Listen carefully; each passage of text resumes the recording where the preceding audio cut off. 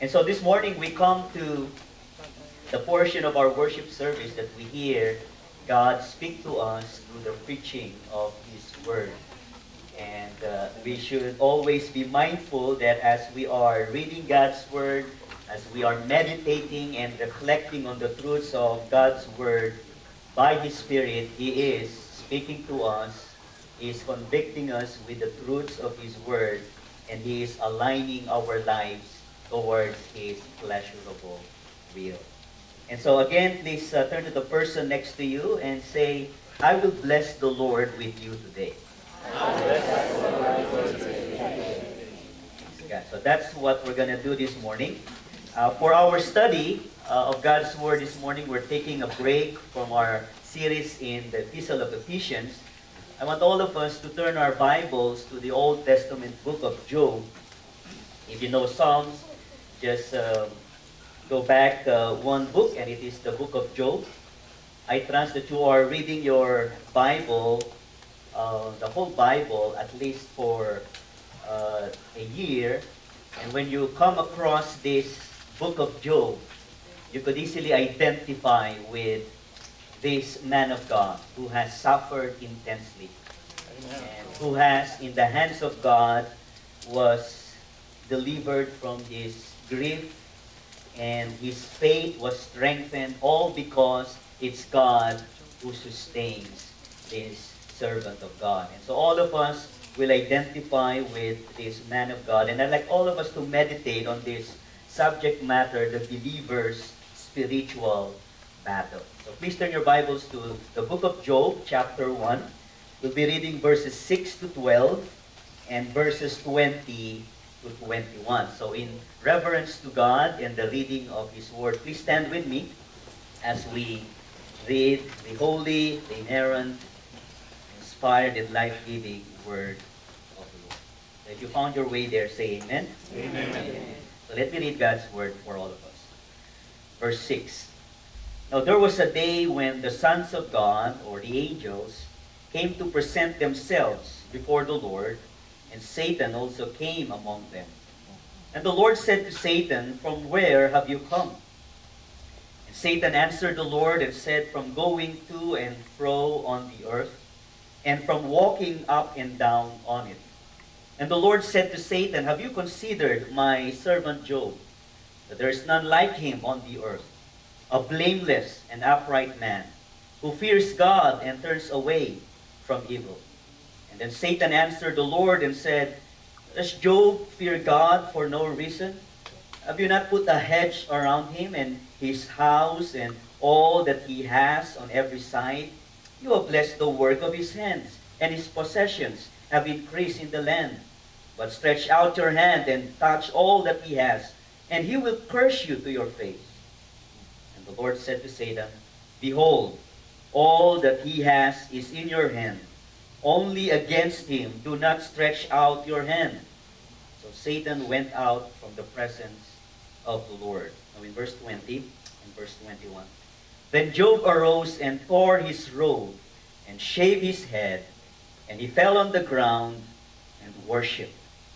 And he said, Naked I came from my mother's womb, and naked shall I return. The Lord gave, the Lord has taken away. Blessed be the name of the Lord. This is God's Word. Thanks be to God. Our Heavenly Father, our heart's desire this morning is that all of us will say with Job, Blessed be the name of the Lord. As your people, we go through seasons in our lives that we are afflicted in every way, that we are assaulted by the enemy of our souls, that we go through intense suffering and difficulties in life. And yet, Father, I pray that your Holy Spirit will minister to us this morning through your word, that our faith will be firmly anchored on you, our faithful God, our sovereign God, our gracious God, and our redeeming God. And so, Father, speak to us through the preached word. And we ask even, Lord, for your instruction upon our children, our young ones who are being taught by your word even this very moment. Speak to your entire people, we pray in Jesus' name. Amen. Amen. Please be seated. Before you and I became born-again Christians, before you and I became followers and lovers of the Lord Jesus Christ, we were previously under the dominion and we were children of disobedience. In fact, the Lord Jesus Christ himself, when he was addressing the unbelievers, he said in John 8:44, "You belong to your father, the devil, and your will is to do your father's desires." I mean, that's who we were prior to our salvation. In Christ, we belong to our father, the devil, and as our will is to do his evil desires. The Apostle Paul, as we are studying the book of Ephesians in chapter 2, verse 2, describes our former spiritual condition this way. In verse 2, he said, "We follow the prince of the power of the air." That is none other than Satan. We follow him, and that we are enslaved to him, the spirit that is now at work in the sons of disobedience. And so all unbelievers, including us when we were yet saved in Christ, were followers of Satan. And in fact, we were children of disobedience. But praise be to God. Because when he saves you and me in Christ, when you surrender your life to Christ, this is what happens to you. In Ephesians chapter 2, verses 4 and 5, Paul says, "But God, being rich in mercy, because of the great love by which he loved us, even when we were dead in our sins, God made us alive together with Christ. By grace, you and I have been saved." Now, isn't it wonderful to know that because of what Christ has done for us on the cross, you and I have been saved. We have been adopted as sons and daughters of God. And as Paul would say in Romans chapter 8, verse 15, we can cry out to God, "Abba, Father." That he is our dad, that he is our heavenly Father. Isn't it amazing to know that through Christ, you and I have been rescued and redeemed from the dominion of Satan into the kingdom and the family of God. Now listen, since you are no longer under Satan's dominion, if you are in Christ, and since you are in Christ, Satan is no longer your father. God is your heavenly Father. And because of that, you now become Satan's fierce enemy. Every believer of Christ, every Christian, is Satan's primary target. You, your family, our church. And that's why you may have noticed that every time God begins to bless you and your family, Satan begins to attack and assault you. Because Satan hates you because you belong to God. And Satan hates God and everyone associated with the Lord. And that's why the Bible clearly teaches us that Satan has an organized effort to destroy the life of every Christian and to lead us astray from the will of God. And you see, Satan has done this against all the people of God since the beginning of redemptive history. And so in light of this, whether you like it or not, if you are in Christ, you are engaged in this spiritual battle against the spiritual forces of Satan. So Ephesians chapter 6, verse 12 unveils this truth for us clearly when Paul said, "For we wrestle not against flesh and blood." Paul says our struggle is not against flesh and blood. And he's saying to us, your enemy is not the people who are persecuting you.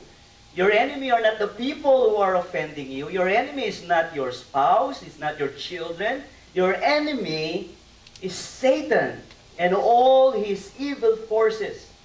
Your enemy is your sinful nature, which yields to Satan whenever we are violating the will of God. And so Paul said our struggle is not against flesh and blood. Our struggle is against the rulers, against the authorities, against the cosmic towers over this present darkness, against the spiritual forces of evil in the heavenly places. So, beloved, Christian life is not a playground. The Christian life is a spiritual battleground.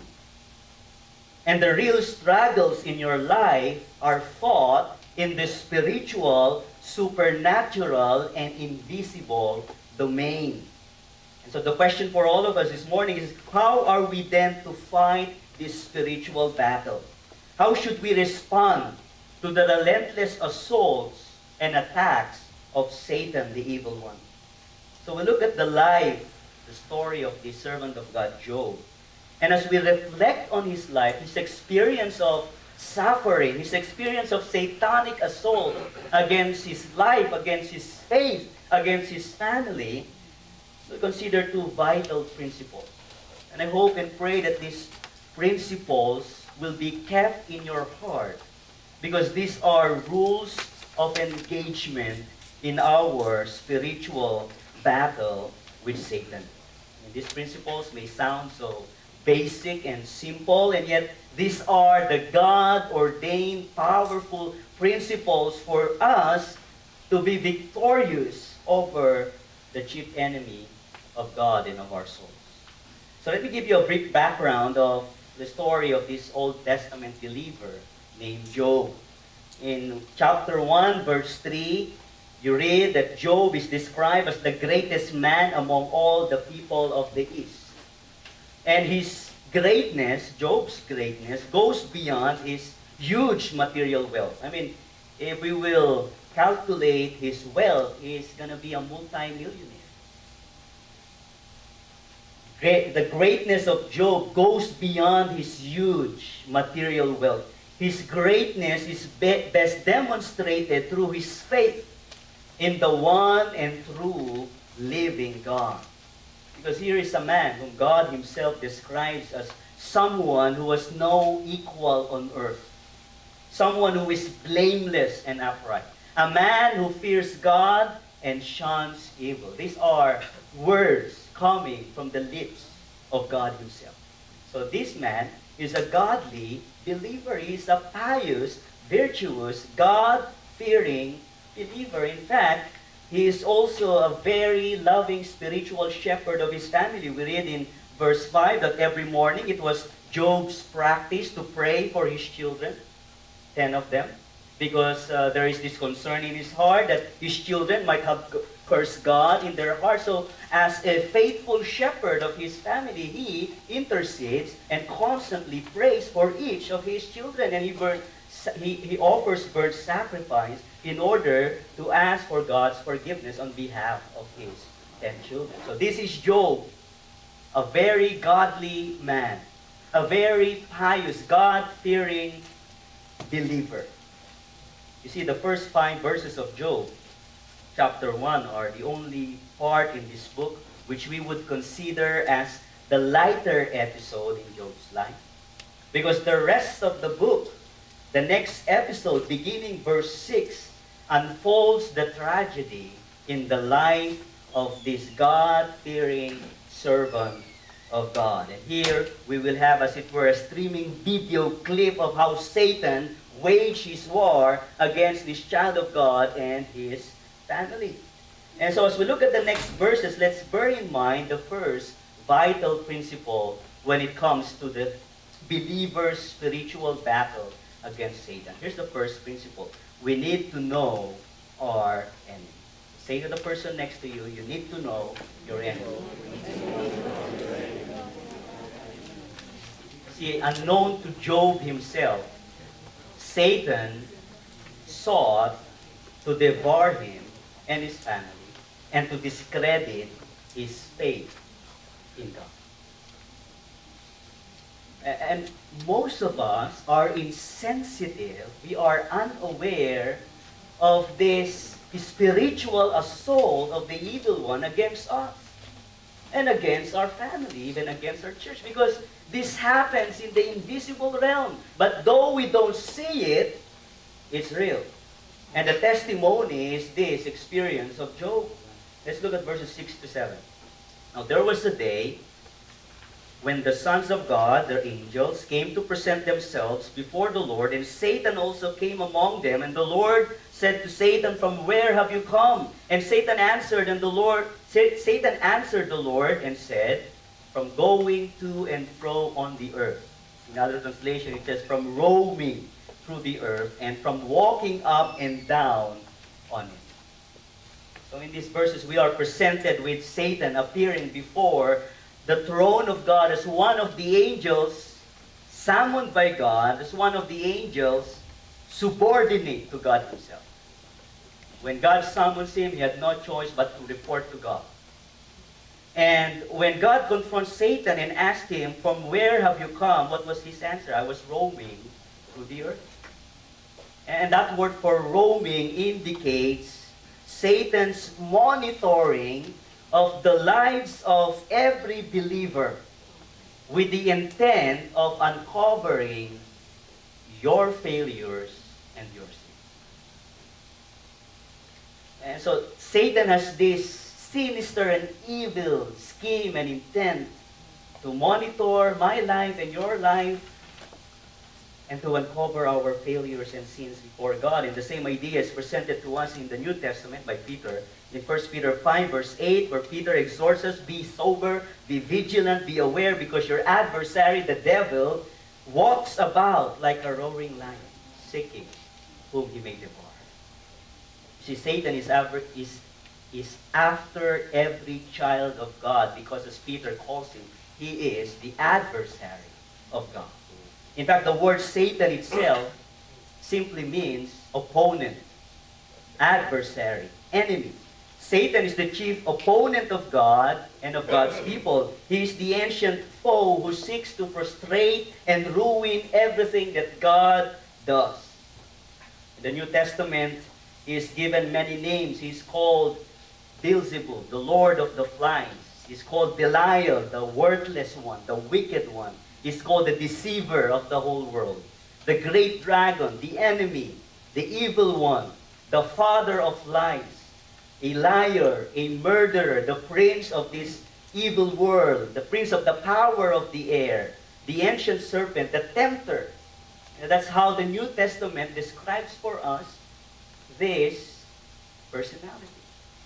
And it all boils down to this single truth: Satan is the chief adversary of God and the fierce enemy of every Christian. Now let's consider his evil aggression against God and God's people. We see three ways by which Satan shows his evil aggression against God and his people. First of all, Satan accuses the individual Christian. The next slide, Brother Dan. Satan accuses the individual Christian. The devil attacks individual Christians through his accusations. In fact, the word devil, which in the Greek is diabolos, simply means accuser or slanderer. Revelation 12:10, Satan is called the accuser of the brethren, who accuses the believers day and night before God. In what way does Satan accuse the believers? Satan accuses us by bringing false charges against the believer before God. And so Satan may be likened to a prosecuting attorney who presents a criminal case against a Christian before the courtroom of God, because this is what he did exactly with Job. Listen to Satan's accusation against Job in Job chapter 1, verses 8 to 11. And the Lord said to Satan, "Have you considered my servant Job? There is none like him on the earth, a blameless and upright man who fears God and turns away from evil." What was the answer of Satan? Now see his word of accusation. Satan answered the Lord and said, "Does Job fear God for no reason? Have you not put a hedge around him and his house and all that he has on every side? You have blessed the work of his hands, and his possessions have increased in the land. But stretch out your hand and touch all that he has, and he will curse you to your face." So in his accusation against Job, Satan was actually discrediting God's assessment of Job's faith and integrity. Satan was in essence saying God, Job, was only loyal to you because he is such a spoiled brat. He's your spoiled favorite.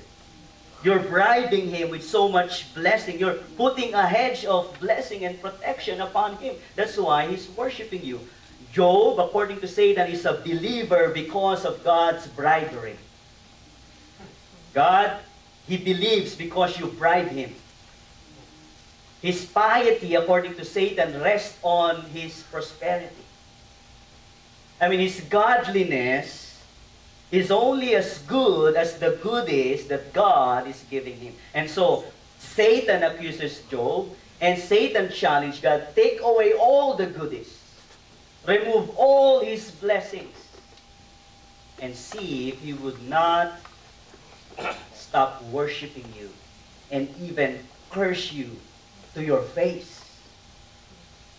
You see, Satan constantly brings this charge and accusation against every believer, including you and me. And he say, God, you are wrong about this man. God, you are wrong about this woman. They're only serving you because they want the blessings that you give them. Take away the blessings. Reverse their circumstances. Subject them to difficult trials. You see their true colors. Satan was arguing, in a little while, these men and women whom you called your children will put all the blame on you and they will stop worshiping you. Or Satan may accuse us before God this way. I'd like to bring a case against this follower of yours. I've monitored his life throughout the week and he is not a true worshiper. He is or she is a monstrous sinner. See, Satan doesn't stop up to this hour bringing his charges, his accusation, his cases against you and me before God's throne. Secondly, Satan doesn't only accuse the individual Christian, Satan attacks the family. Realize that? He attacks the family. Satan's aggression was not only geared against Job. His aggression, his attack was against the whole family of Job. Now imagine the turn of events in the life of Job and his family. In verse 13, we're told that there was a day, it's one day, when his sons and daughters were eating and drinking wine in their oldest brother's house. One day where everything was all doing well. One day when all of his children are having a good time and just celebrating God's goodness in their lives and the lives of their family. That's one day that totally changed everything. Job was unaware of what's happening in the spiritual realm. His children were unaware of what's happening in the spiritual realm, but we are given a glimpse of the spiritual dimension of what's happening to Job and to every believer. So Job would hear one news after another about the horrible afflictions as a result of Satan's assault to his family. Their livestock and properties and wealth were all wiped away in one day. And remember that Job's children died on a single day. Imagine burying all of your 10 children on a single day. And remember how his wife reacted and responded to this intense suffering. His wife even condemned Job and his fate while he was suffering. And Mrs. Job said to her husband, "Are you still holding on to your integrity? Curse God and die." I see how the evil one has tempted and in a way has somewhat had an edge over the heart of Job's wife, because that's the exact words of Satan before God. Remove his blessings, remove his help from him, he will curse you to your face. And that's what the wife said. Curse God and die. Job chapter 9 verses 17 and 19. Job's lament over his family was recorded here. He said, "My breath is so offensive to my wife. I am loathsome to my own brothers." He added in verse 19, "All my intimate friends detest me. Those I love have turned against me." I mean, this is really intense and severe suffering. I don't think any one of us has ever experienced as of today. You see, Satan attacks families.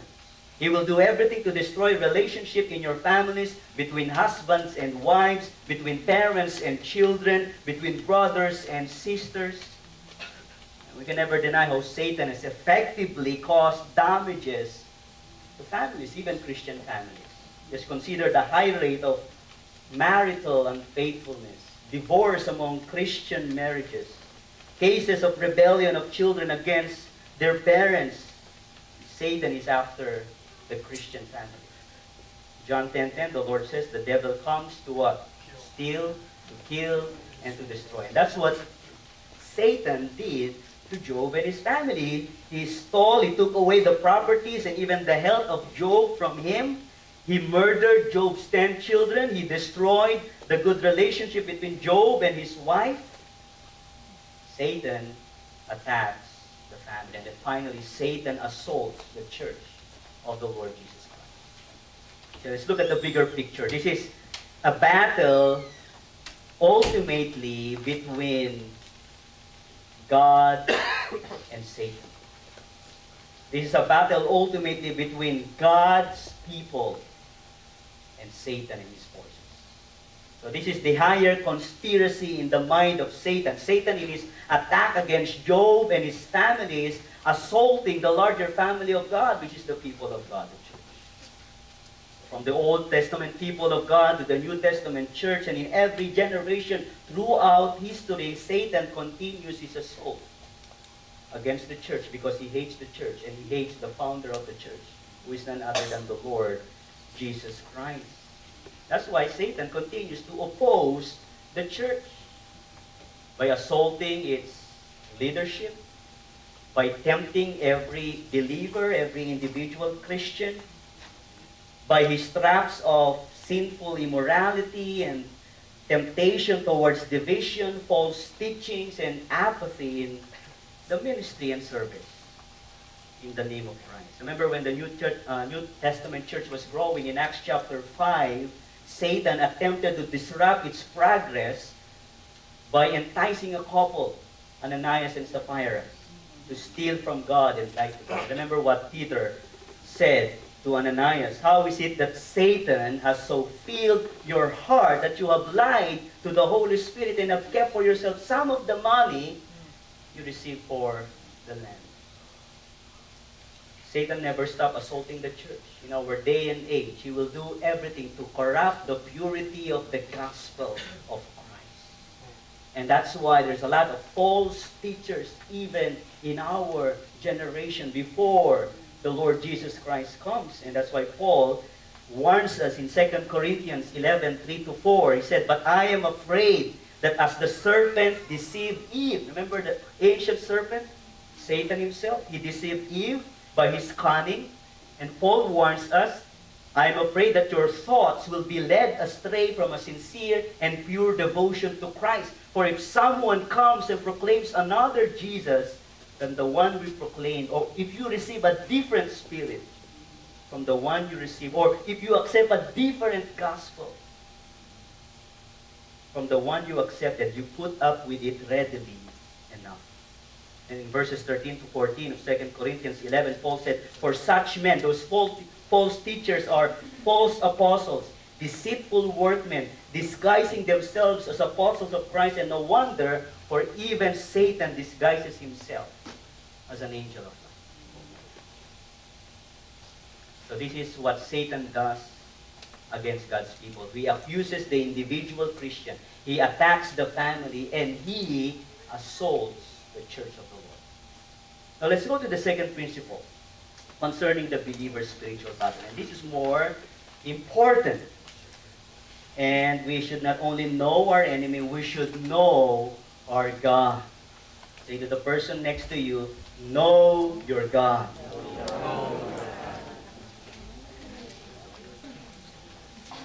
After hearing the successive news of his life's tragedies, how did Job respond? Job 1:20-21 informs us that Job tore his clothes, he shaved his head, he fell to the ground and worshiped God. He worshiped God. And he said in verse 21, naked I came from my mother's womb, naked shall I return. The Lord gave and the Lord has taken away. Blessed be the name of the Lord. So Job worships God. Job praises God in the midst of his tragedies, in the midst of his adversities. Job glorifies, exalts God, blesses God because he knows who God is. He knows the God he worships. He knows the God he serves. He knows the gods whom he trusts. And that's why he blesses the name of the Lord. Beloved, the knowledge of God, the worship of God, in the midst of your intense suffering, demonstrates the believer's utter confidence and trust in God alone, who could grant you victory over sin. Just admit it. Recognize it. We are powerless against Satan. We are unable to defeat him and even to engage battle with him. And so our only hope, our only power comes from God. And so whenever you are confronted with the devil's assaults against your faith, against your family, against our church, you need to remember who your God is. Amen. Because the more you know God, the more you know His characters, the wiser and the stronger you become in responding to Satan's assault. Well, Job's response to his suffering teaches us three wonderful truths about who God is. So let's look at the next slide. What should we know about the God of Job, the God of the Bible, the God of the suffering saints? We need to know that God is sovereign over Satan. Say to the person next to you, God is sovereign over Satan. God is sovereign over Satan.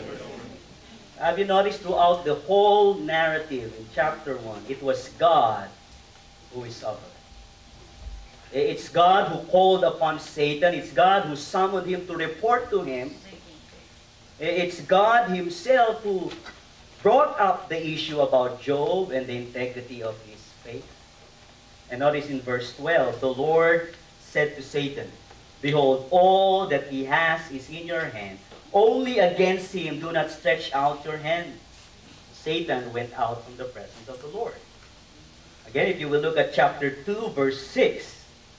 Chapter 2, verse 6, the Lord said to Satan, behold, he is in your hand. Only spare his life. Now listen, beloved. Highlight these verses in your Bibles because they establish the truth that God is in complete control of what Satan can do against you as a believer of the Lord Jesus Christ. See, Satan cannot do anything against Job unless God grants him the permission. Did you notice that? God is the one who determines what Satan can do and what Satan cannot do. Because Satan is not sovereign. God is. Satan, like us, is a mere creature. He owes his very existence to God himself. He's not the creator, he's a creature like us. Yes, he is a powerful creature, but then he is a creature just the same who is bound to submit to God's superior and sovereign authority. In other words, yes, Satan is a roaring lion, but Satan is a lion who is on a leash. And the leash is God's sovereign hand upon Satan. And so Satan's hands can only do what God's sovereign hands will allow him to do. Because God is sovereign over Satan. He governs over Satan. The Lord restricts Satan's influence over your life. And the good news is, the gospel truth is, God has already disarmed the powers and the authorities of Satan and his forces over you when the Lord Jesus Christ triumphed over Satan, over death, over sin at the cross of Calvary. And so here is the gospel truth. Satan is already a defeated foe. You need to rehearse that truth over and over in your heart and mind. Yes, he roars like a lion, but he is on a leash. Yes, he devours and seeks to harm us, but he is already a loser. In fact, Satan, from the very beginning of his existence, is a born loser. He never won at any single occasion over God. Jesus Christ, our Lord, has triumphed over Satan at the cross. And that's why Colossians 2 verse 15 tells us, God disarmed the rulers and authorities, that's Satan and his forces, and put them to open shame by triumphing over them at the cross. Listen, our Lord Jesus Christ didn't die on the cross to save sinners who will be sorry losers against the enemy. Jesus died on the cross as the victor, as the conqueror. And the good news is he shares his victory to all those who are in him. And that's why Paul tells us in Romans chapter 8, verse 37, we are what? More than conquerors. Over Satan, over trials. We are more than conquerors through Christ who loves us. And so God is sovereign over Satan. The second glorious truth we need to know is that God grants us saving faith which perseveres. Say to the person next to you, the faith that you have is a faith that perseveres. See, this is another thing that should amaze us and encourage us in the story of Job. God himself commended the faith of Job. Remember what he said in verse 8, have you considered my servant Job? There is none like him on the earth, blameless and upright man who fears God and turns away from evil. God himself was saying to Satan, this child of mine fears me, and he shuns you, Satan. This child of mine loves me, and he hates you. This child of mine will cling to me no matter what, and he will not yield to you. See, when Satan questions and undermines the integrity of a believer's faith, even your faith, Satan is in essence assaulting the integrity of God himself. And he's assaulting the gospel of God. What is the gospel of God? Remember Ephesians chapter 2 verse 8 and 9 teaches us that we are saved by God's grace through faith in the finished work of the Lord Jesus Christ on the cross. And this faith that God grants us, this saving faith, is a gracious gift upon us by God himself. And let me quote you from Paul himself, for by grace you have been saved through faith. And this is not your own doing. It is the gift of God. The entirety of your salvation, including your faith, is a gift from God, not a result of works, so that no one may boast. Now understand this, beloved. There is only one gospel of salvation for both the Old Testament believers and the New Testament believers. There's only one way of salvation for Job, for every Old Testament believers, and for every New Testament believers, including us. Old Testament believers like Job were saved by grace through faith in the promised Messiah who was to come. They were saved because they placed their faith in the promised Redeemer, the Lord Jesus Christ, who was to come. New Testament believers like Paul and like each one of us, we are saved again by the same grace of God through faith in the promised Messiah, the Lord Jesus Christ, who was already come. The promised Redeemer, the Lord Jesus Christ, already come. He lived a perfectly righteous life here on earth. He died on the cross so that you and I who trust in him will be saved from our sins. He rose from the grave triumphantly to declare his victory against Satan and over death and sin. And so all believers throughout all generations are saved by grace through faith in Jesus Christ alone. Now listen, Amen. this saving faith is a faith that perseveres and endures through intense suffering and satanic assault. Because remember, this is what Satan was challenging. He was persuading God that saving faith can be broken by trials, by satanic assaults, by fierce adversities. He was challenging God, this faith that you've given Job, this faith that you've given every believer of yours, can be destroyed. Just subject these believers to fierce trials and they will curse you to your face. What happened to Job? What happened to his faith? Did Job curse God to his faith? After Job was afflicted with all his sufferings and assaults, did he curse God? Did his faith in God give in? See, Job, while grieving the loss of his 10 children, while suffering enormous health crisis, while he was in the furnace of his affliction, Job never blamed God. Job never raised any defiant fist at God. Job never cursed God. No, Job bowed his face, he fell on the ground and worshiped God. He kept on trusting and blessing God, and he said, "Blessed be the name of the Lord." What's the lesson? Beloved, true saving faith cannot be broken.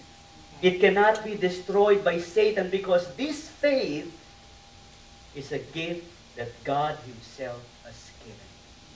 So the faith that you have in God could withstand all forms of trials and tragedies and sufferings and satanic assaults. And yes, there will be times that you will be weak in your faith. Yes, there will be occasions that you will be struggling and trusting God. But at the end of the day, you will still bow your face to the ground and say to God, "There's no other God whom I trust but you." That's why Job says in Job 13 verse 15, right? "Though you slay me, yet I will trust in you." Now notice, in all of Job's prayers and response to the sufferings that he went through, there is no mention at all about Satan. Because Job was so God-focused. Job was so God-centered. And he understands that everything that happens in his life, both good and difficult ones, are under the hands of a sovereign, loving, and compassionate God. And that's why James, if you will look at his assessment of what happened to Job, this is what he said in James chapter 5, verse 11. "As you know, we consider blessed those who have endured patiently under suffering. You have heard of Job's perseverance and have seen what the Lord finally brought about. The Lord is full of compassion and mercy." So what's the purpose behind Job's suffering? The New Testament answers it for us, and it says, because of what Job has gone through, his faith was proved to be genuine. He really trusted God. And then what else happened? Because of Job's suffering and satanic assault against his faith and his family, his saving faith proves to be a persevering. He persevered, he endured. And then finally, his trials, his sufferings resulted to the praise and the worship and the glory of God Himself. Because that's what he did. It results to him praising God, bowing himself before Him, and knowing more about God and worshiping Him and ascribing praise to Him. And that's why he said, "The Lord gives, the Lord takes away.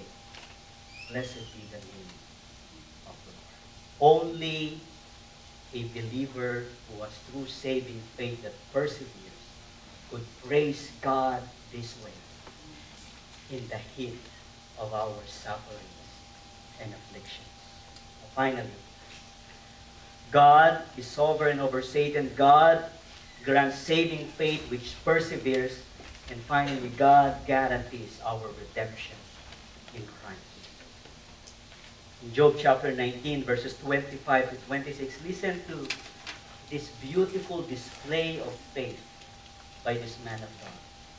This is what Job said. "For I know that my Redeemer lives, and at the last He will stand upon the earth. And after my skin has been thus destroyed, yet in my flesh I shall see God." Hear what Job declares? I know my Redeemer lives. I know in my heart, this is a heart conviction, this is a heart declaration, my Goel lives, my Redeemer lives, my Deliverer lives. So in the depth of his distress, Job cries out for God's deliverance, and he appeals to God's name, God, you are my Redeemer. And remember, this was uttered several years, centuries before the coming of the Lord Jesus Christ. And yet Job, as an Old Testament believer, was proclaiming, placing his faith in the promised Redeemer, in the Lord Jesus Christ, who is our deliverer. And so his wife told him, curse God and die. His friends did not console him at all and say, you're getting what you deserve. You sinned against God. That's why you are suffering all of this. Where did Job place his trust? In God, his deliverer. He said, I believe in God. I trust in Him. He will vindicate me. He will redeem me from these sufferings. He will defend me. He will justify me. He will advocate for me. And He will be the one who will show before all the world that I am a true believer of God who trusts in Him no matter what happens. His declaration is actually Paul's wonderful conviction in Romans 8, verses 31 to 39. Just listen as we conclude our reflection this morning. What did Paul say? What then shall we say to these things? What are you going to say to all your afflictions and difficulties, all these satanic assaults that you're not aware of? Paul tells us, if God is for you, God is for us, who can be against us? He who did not spare His own Son, but gave Him up for us all, how will He not also graciously give us all things? Have you ever thought about it?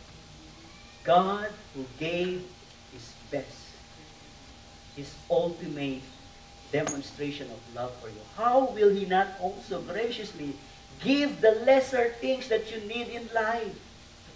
He has already bestowed upon you your ultimate need, your greatest need, the salvation of your soul.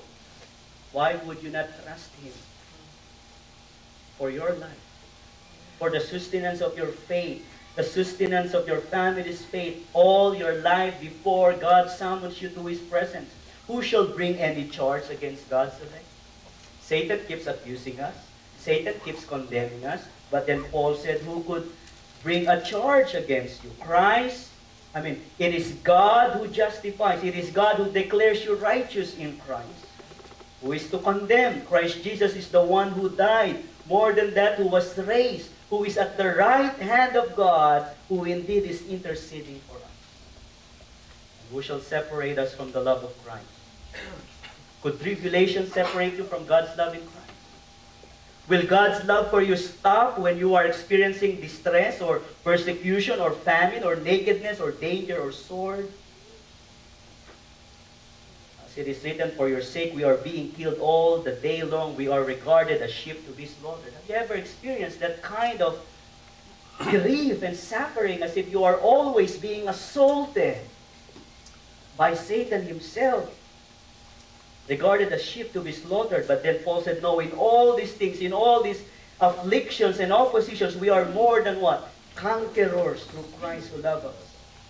For I am sure that neither death nor life, nor angels, nor rulers, nor things present, nor things to come, nor powers, nor height, nor depth, nor anything else in all creation will ever separate us from the love of God in Christ Jesus.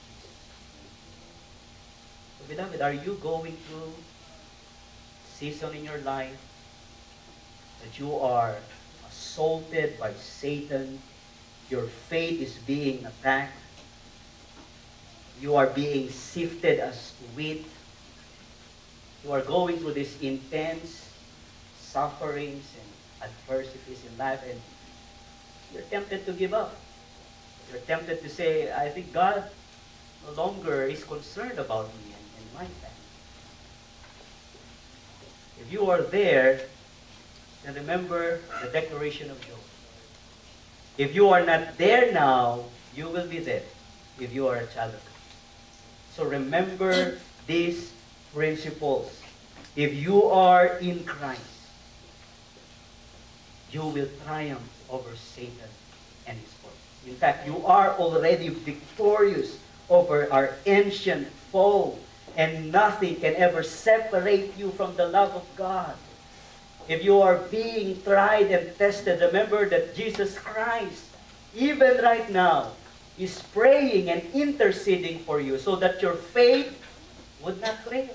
You will be strong in the Lord and in the power of His might, because God is our sovereign God who will grant us perseverance and endurance and triumph over Satan and all of our triumphs. Let's bow our heads and pray. Our Father, we humble ourselves before you. Yes, Lord. In this room, you know whose hearts are heavy laden because of the relentless assault of the evil one against their faith, against their family, even against our spiritual church family. Father, we are afflicted in every way. And some of us here this morning are even tempted to doubt your love for us, your concern for us. We are getting weak in our faith and trust in you. We are in despair. We seem to be hopeless. Everything seems to be dark and gloomy. So, Father, I pray that even during this moment that you are speaking to every heart, to every mind, that you will remind each one of us of who you are. You are our God who is completely in control of everything that happens in this world. You are our God who will never relinquish your power over Satan. You are God who is our ever sovereign, supreme, preeminent God who reigns over all, who is in loving control of our own individual lives.